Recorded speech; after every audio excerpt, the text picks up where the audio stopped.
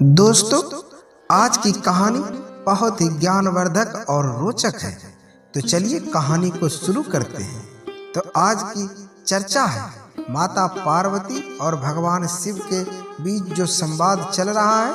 इस संवाद को सुनते हैं। हिमालय की पवित्र गुफा में भगवान शिव और माता पार्वती बैठकर साधारण विषयों पर चर्चा कर रहे थे।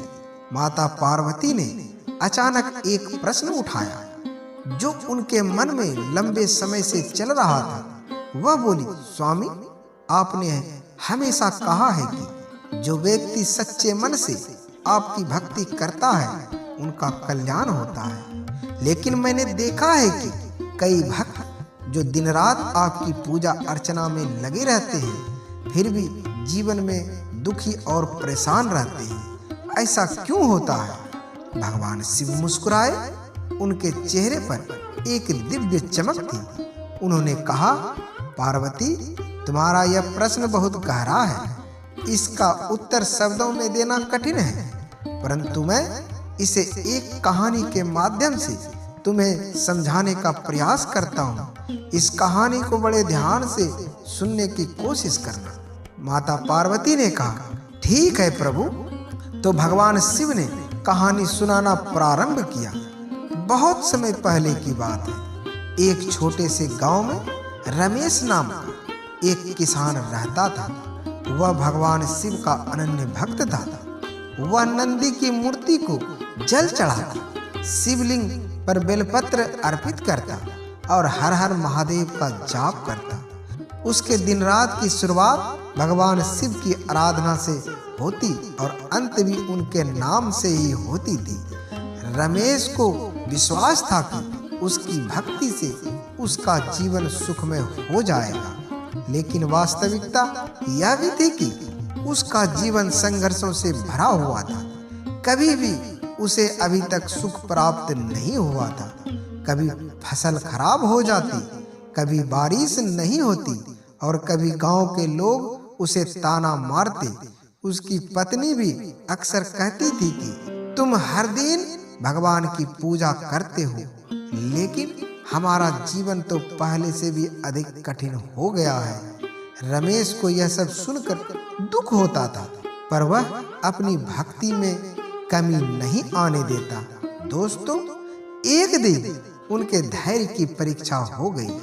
उसकी फसल पूरी तरह से बर्बाद हो गई और उसके घर में खाने तक के लाले पड़ने लगे। उस दिन रमेश ने भगवान शिव के सामने बैठकर प्रार्थना की, हे महादेव, क्या मेरी भक्ति में कोई कमी रह गई है? मैं हर दिन पूरी श्रद्धा से आपकी पूजा करता हूँ, फिर भी मेरा जीवन इतना कठिन क्यों है? दोस्तों, रमेश की प्रार्थना सुनकर भगवान शिव को दया आई। उन्होंने नंदी से कहा, जाओ और मेरे भक्त रमेश की परीक्षा में देखो कि उसकी भक्ति कितनी सच्ची है। नंदी ने किसान के पास जाकर रूप बदलकर एक साधु का रूप धारण किया। उन्होंने रमेश से कहा, बेटा, मैंने सुना है कि तुम भगवान शिव के परम भक्त हो। क्या तुम मुझे अपना एक दिन दे सकते हो? रमेश ने झुककर कहा, महात्मा जी, आप आदेश करें, मैं आपकी सेवा करने के लिए तैयार हूँ। साधु ने कहा, मैं तुम्हारे खेत में काम करूँगा, लेकिन मेरी एक शर्त है। जब मैं खेत में हल चला रहा होऊंगा तो तुम कुछ भी बोलोगे नहीं, चाहे जो हो जाए, चुप रहना। दोस्तों, रमेश ने हामी भर दी। अगले दिन साधु ने खेत में काम शुरू किया। जब वह हल चला रहा था तो एक बैल के पैर में कांटा चुभ गया। बैल दर्द से चीखने लगा, लेकिन रमेश कुछ नहीं बोला। उसने वादा किया था कि वह चुप रहेगा। दोस्तों, इसके बाद हल चलाते समय साधु ने जानबूझकर फसल को खराब कर दिया। रमेश का दिल टूट गया, लेकिन उसने कुछ नहीं कहा। साधु ने दिन भर रमेश के धैर्य की परीक्षा ली, लेकिन वह अपने वचन पर अडिग रहा। दोस्तों, शाम को साधु ने अपना असली रूप प्रकट किया। वह नंदी के रूप में रमेश के सामने आया।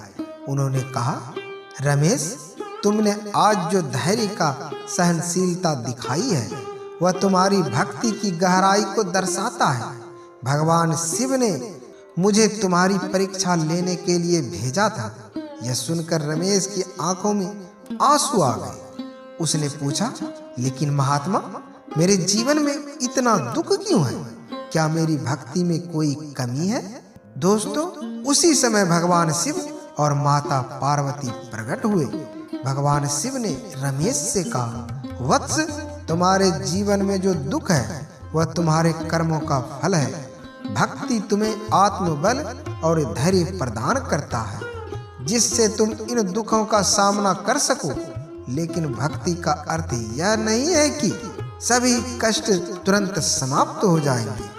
यह तुम्हारे अंदर शक्ति और शांति लाती है, जिससे तुम जीवन की हर चुनौती को स्वीकार कर सको। माता पार्वती ने रमेश को समझाया, जिस तरह सोना आग में तपकर शुद्ध होता है, उसी तरह भक्त का मन भी कठिनाइयों से गुजरकर निर्मल होता है। सच्ची भक्ति का अर्थ है हर परिस्थितियों में भगवान पर विश्वास रखना। दोस्तों, भगवान शिव ने रमेश को आशीर्वाद दिया, तुम्हारी भक्ति सच्ची है, तुम्हारे जीवन के कष्ट जल्द ही समाप्त हो जाएंगे। लेकिन याद रखना, भक्ति का फल केवल सुख दुख से नहीं मापा जाता।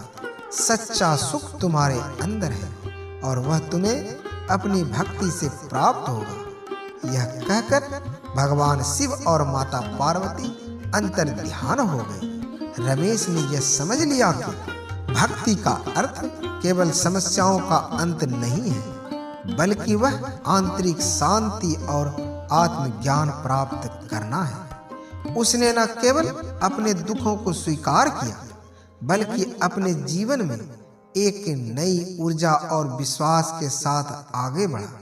इस प्रकार भगवान शिव ने पार्वती को यह समझाया कि भक्त के दुख उसके कर्मों का परिणाम होता है और भक्ति उसे आत्मबल और सहनशीलता प्रदान करती है। भक्ति का असली फल भीतर की शांति और भगवान के प्रति अटूट विश्वास है। तो दोस्तों, भगवान शिव और माता पार्वती की यह कहानी कैसी लगी?